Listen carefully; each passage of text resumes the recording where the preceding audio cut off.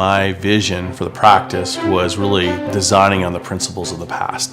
The Mills Group truly doesn't start thinking about the future until it understands the past. I think that's a guiding principle of the firm. There's really a commitment to make West Virginia a better place, to really make a difference, and I felt we could, and I think we did that.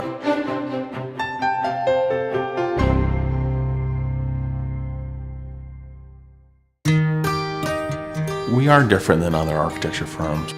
We are very client-focused, and that's important. I mean, those clients that keep coming back, it's very valuable.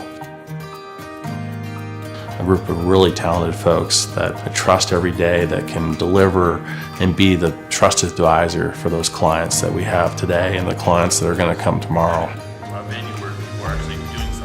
I'm Michael Mills. I'm the managing principal of the Mills Group here in Morgantown.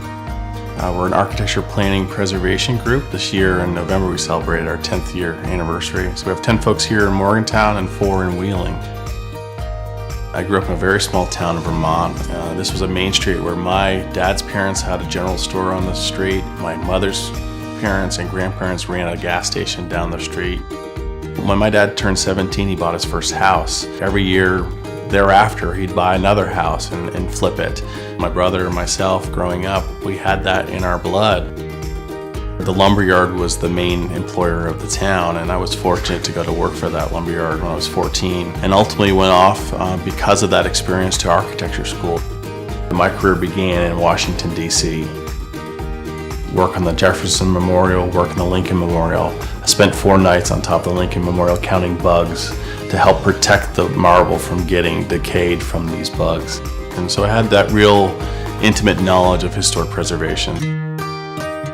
Coming here to West Virginia, I think our practice is doing some of that. We've just restored the Veterans Memorial on the Capitol grounds. Being that preserver of our cultural resources is very important to me. An early project here in Morgantown was the Met Theater. Initially just the marquee, then ultimately they did a total interior restoration.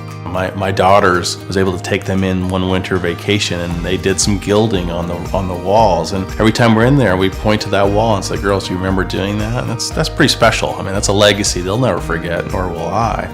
And then beyond that, building, designing, looking at new structures that are contextually sensitive, that are going to be enduring.